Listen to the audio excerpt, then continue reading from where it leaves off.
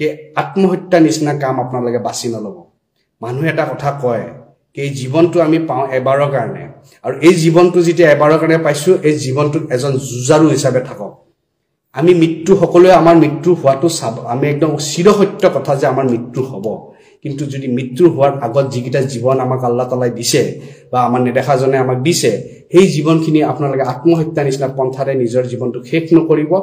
শক্তিশালী নিজৰ মনটো শক্তিশালী কৰক আৰু নিজৰ সদায় মনত ৰাখিবকে প্ৰতিটো দিনে আমি নিজৰ অধিকাৰ নিজৰ সন্মান নিজৰ জীৱিকাৰ কাৰণে আমি যুঁজিবই লাগিব আসসালামু আলাইকুম নমস্কাৰ লাইভটো জনে আপোনালোকে চাবলৈ আৰম্ভ কৰিছে পিছলৈ আপোনালোকে লাইভটো সকলোৱে আগুৱাই দিব কাৰণ এইখিনি কথা মই ভাবোকে প্ৰতিজন ৰাইজে আসলতে জনাটো দৰকাৰ আৰু সকলোৱে সাকে ইতিমধ্যে গম পাইছে যে উচ্ছেদৰ নামত যি এটা পৰিবেশ অসমত চলি আছে আমি সকলোৱে দেখিছো যেহেতু ৰাজনীতি ইতিয়া বতৰ ৰাজনীতি 26ৰ বতৰ কিন্তু তাৰ মাজতে এটা বৰ দুখ লগা ঘটনা এটা আহিছে যে গোৱালপাৰা কৃষ্ণই যেহেতু উচ্ছেদৰ জাননী প্ৰেৰণ কৰিছে আৰু উচ্ছেদৰ জাননী প্ৰেৰণ কৰাৰ পিছত তাৰে এজন স্থানীয় যুৱকে আসলতে আত্মহত্যা কৰিছে ভাবক কেনেকুৱা পৰিবেশ আহিছে কেনেকুৱা বেয়া পৰিবেশ আহিছে যে আজি যুৱক যুৱতীসকলে নিজৰ আসলতে মাটিৰ কাৰণে মানে নিজৰ মাটিৰ কাৰণে আসলে আত্মহত্যা নিচিনা পন্থা এটা বাছি ল'ব লগা হৈছে তাতকৈ আসলে দুৰ্ভাগ্য তাতকৈ আৰু বেয়া লগা কথা নাই কিন্তু মই প্ৰথমতে প্ৰতিজন নাগৰিকক মই এটাই কথা অনুৰোধ কৰিছো এই লাইভৰ মাধ্যমেৰে কি আপোনালোকে এনেকুৱা ধৰণৰ সিদ্ধান্ত কেতিয়াও মনত নাভাবিব এনেকুৱা ধৰণৰ সিদ্ধান্ত দি কেতিয়া আপোনালোকে জয় হ'ব নোৱাৰে বা কেতিয়াও নিজৰ মাটি বচাবলৈ নোৱাৰে মাটি যদি বচাবলৈ লগিয়া আছে আমি আইনী প্ৰকাৰে আমি জয় কৰি যুদ্ধ কৰিব লাগিব আমি হেইখন চৰকাৰৰ লগত বিৰুদ্ধে আমি মাত মাতিব লাগিব যিখন চৰকাৰে আমাক উচ্ছেদৰ নামত যিখিনি অমানৱীয় হিচাপে আমাৰ ওপৰত অত্যাচাৰ চলাইছে আমি তাৰ বিৰুদ্ধে মাত মাতিব লাগিব কিন্তু যদি আপোনালোকে আত্মহত্যা নিচিনা পন্থা বাছি লয় আত্মহত্যা নিচিনা ৰাস্তা বাছি লয় তেতিয়ালে এইখন এনেকুৱা ধৰণৰ চৰকাৰে আসলে সুবিধাহে পাব এই আসল আৰু যিসকল মানুহে আসলে আমাক আসলে অত্যাচাৰ কৰাৰ মনোভাৱেৰে লৈ আছে তেখেতসকলে সুবিধা পাব সেই কাৰণে এনেকুৱা ধৰণৰ কৰ্মত আপোনালোকে নিযুক্ত নহব আজি বিজেপি চৰকাৰে এইবিলাক কিয় কৰিছে আমি সকলোৱে জানো কে উচ্ছেদ আসলে কি নামত চলাইছে যে 26ৰ কিছু একাংশ সুখী কৰি কেনে ভোট কেনেকৈ আদায় কৰিবলৈ পাৰে আজি উচ্ছেদ চলাওক আমি কোনো কবলকে নাই বন বিভাগত বা চৰকাৰী মাটিত যদি কোনোবা বহি আছে তেতিয়ালে উচ্ছেদ চলাইছে কিন্তু উচ্ছেদ চলোৱা কিছু নিয়ম আছে যিবিলাক আমি এতিয়ালৈ দেখা নাপালো কিন্তু এইখন চৰকাৰে প্ৰতিজন মানুহকে আসলে সুৰক্ষা প্ৰদান কৰিব লাগিব আৰু যেতিয়ালে প্ৰদান নকৰে তেতিয়ালে প্ৰতিবাদ হ'ব একদম স্পষ্ট কথাৰে কৈছো কাৰণ এতিয়ালে আমি সকলোৱে চুপচাপ হৈ বহি থাকিলো কিন্তু আজি যেতিয়া এজন যুৱকে আত্মহত্যা নিচিনা পন্থা বাছি লৈছে ইয়াৰ পিছত আৰু বহি থকা সময় নাই এতিয়া একদম স্পষ্ট কথাৰে আমি যেহেতু নতুনকৈ এটা সংগঠন আৰম্ভ কৰিছো তৃণমূল জাতীয় পৰিষদ হিচাপে আৰু এতিয়াৰ পৰা এই সংগঠনৰ মাধ্যমেৰে আমি অসমৰ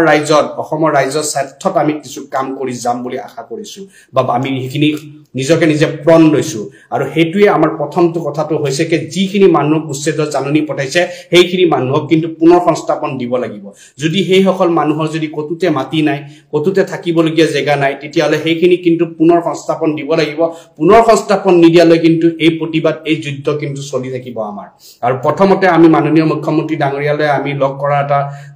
সিদ্ধান্ত লৈছো এই এসপ্তাহৰ ভিতৰত আমি মাননীয় মুখ্যমন্ত্ৰী ডাঙৰীয়ালৈ লগ হৈ কিনে আমি কিছু কথা বতৰত তেখেতসকলৰ এই উচ্ছেদৰ লৈ কিনে পাতিম কাৰণ কিয় এনেকৈ ধৰণৰ যদি উচ্ছেদ যদি চলি থাকে বা এনেকৈ ধৰণৰ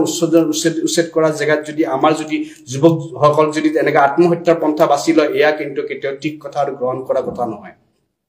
আৰু এটা লগত আমি দেখা পাইছো যে উচ্ছেদৰ নামত কিছু একাংশই যি এটা ধৰ্মীয় মেৰুকৰণ বা জাতি মেৰুকৰণ এটা কৰিবলৈ চেষ্টা কৰিছে এয়াও কিন্তু ঠিক কথা নহয় কাৰণ উচ্ছেদ যদি হৈছে সকলোতে উচ্ছেদ হ'ব লাগিব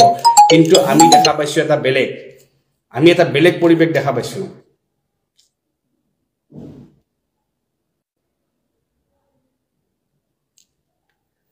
আমি এটা বেলেগ পৰিবেশ দেখা পাইছো কাৰণ কিছু তাৰে কৃষ্ণাইৰ বাসিন্দাই আমাক জনাইছে যে উচ্ছেদৰ যিখিনি উচ্ছেদ হৈ আছে সেই উচ্ছেদত কিন্তু একপক্ষক উচ্ছেদ কৰিছে একপক্ষক উচ্ছেদ কৰা নাই যদি এইখাৰ কথা সঁচা আছে তেতিয়ালে কিন্তু ইয়াৰে ওপৰত প্ৰতিবাদ হ'ব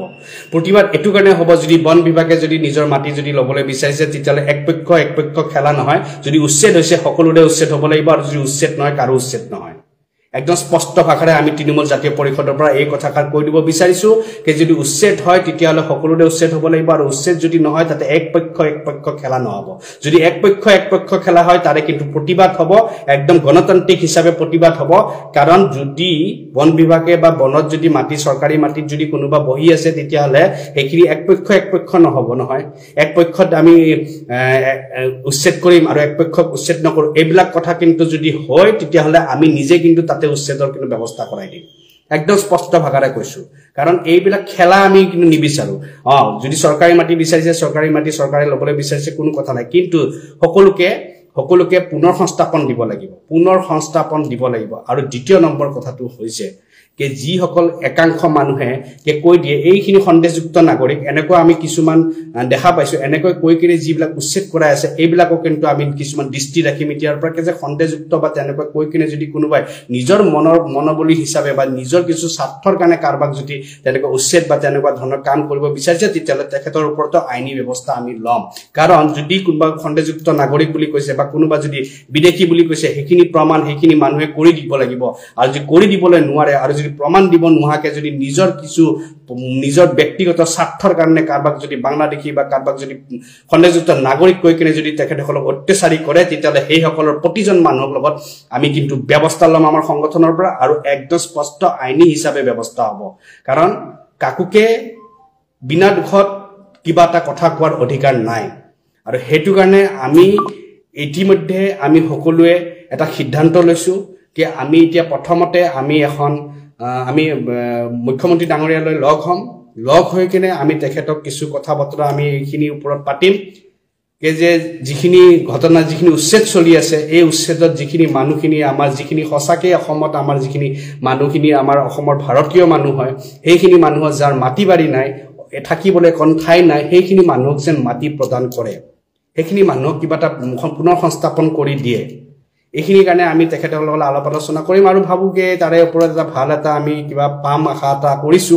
আৰু দ্বিতীয় নম্বৰ এতিয়াৰ পৰা আমাৰ যেহেতু এটো নতুন সংগঠন আমি ইমানখিনি নাজানিব পাৰো কিন্তু আমি এতিয়াৰ পৰা এটা বস্তু যুজিব যাম যে উচ্ছেদ যদি হৈছে এক পক্ষ নহয় উচ্ছেদ যদি হয় সকলোৰে হ'ব লাগিব দ্বিতীয় নম্বৰ কথা পুনৰ সংস্থাপন সকলো উচ্ছেদি মানুহক পুনৰ সংস্থাপন দিব লাগিব আৰু তৃতীয় নম্বৰ কথা যে ডি ভোটাৰৰ নামত কিছুমান যে খেলিমেলি লাগি আছে এতিয়াৰ পৰা আমি হেতু নজৰ ৰাখিম আমি ডি ভোটাৰ যে হৈ আছে কেনেকৈ কি হৈছে হেবিলাকো আমি ঠিক কৰা ব্যৱস্থাৰ কাৰণে আমি যিখিনি আইনী প্ৰকাৰে যাব লাগে ইনশাআল্লাহ আমি যাম আপোনালোকৰ সকলোৰে সহযোগিতা কামনা কৰিছো আৰু মই লাষ্টত মই এটা কথাই আপোনালোকক ক'বলৈ বিচাৰো যে আত্মহত্যা নিচিনা কাম আপোনালোকে বাছি নলব মানুহে এটা কথা কয় যে এই জীৱনটো আমি পাওঁ এবাৰৰ কাৰণে আৰু এই জীৱনটো যেতিয়া এবাৰৰ কাৰণে পাইছো এই জীৱনটো এজন যুঁজাৰু হিচাপে থাকক আমি মৃত্যু সকলোৱে আমাৰ মৃত্যু হোৱাটো চাব আমি একদম চিৰসত্য কথা যে আমাৰ মৃত্যু হ'ব কিন্তু যদি মৃত্যু হোৱাৰ আগত যিকিটা জীৱন আমাক আল্লাহ তাআলাই দিছে বা আমাৰ নেদেখাজনে আমাক দিছে সেই জীৱনখিনি আপোনালোকে আত্মহত্যা নিচিনা পন্থাৰে নিজৰ জীৱনটো শেষ নকৰিব শক্তিশালী নিজৰ মনটো শক্তিশালী কৰক আৰু নিজৰ সদায় মনত ৰাখিবকে প্ৰতিটো দিনে আমি নিজৰ অধিকাৰ নিজৰ সন্মান নিজৰ জীৱিকাৰ কাৰণে আমি যুঁজিবই লাগিব আমি হার মানি গলে হেজন মানুহ নহয় হেকানে আত্মহত্যা নিচিনা পন্থা নলয় সদায় নিজক এজন যুঁজাৰু হিচাপে থাকক একতা হৈ থাকক এখন মুঠি হৈ থাকক চাব জয় আমাৰ হ'ব আমি সদায় আগবাঢ়ি যাই থাকিব পাৰিম কিন্তু এনেকুৱা ধৰণৰ আত্মহত্যাৰ পন্থাৰে কেতিয়া আমি জয় হ'ব নোৱাৰো কেতিয়া আমি আগবাঢ়িব নোৱাৰো হেহে আপোনালোকলৈ সকলোলে মই আকৌ বাৰম্বাৰ অনুৰোধ কৰিছো এনেকুৱা ধৰণৰ কৰ্ম আপোনালোকে নকৰিব জয় অসম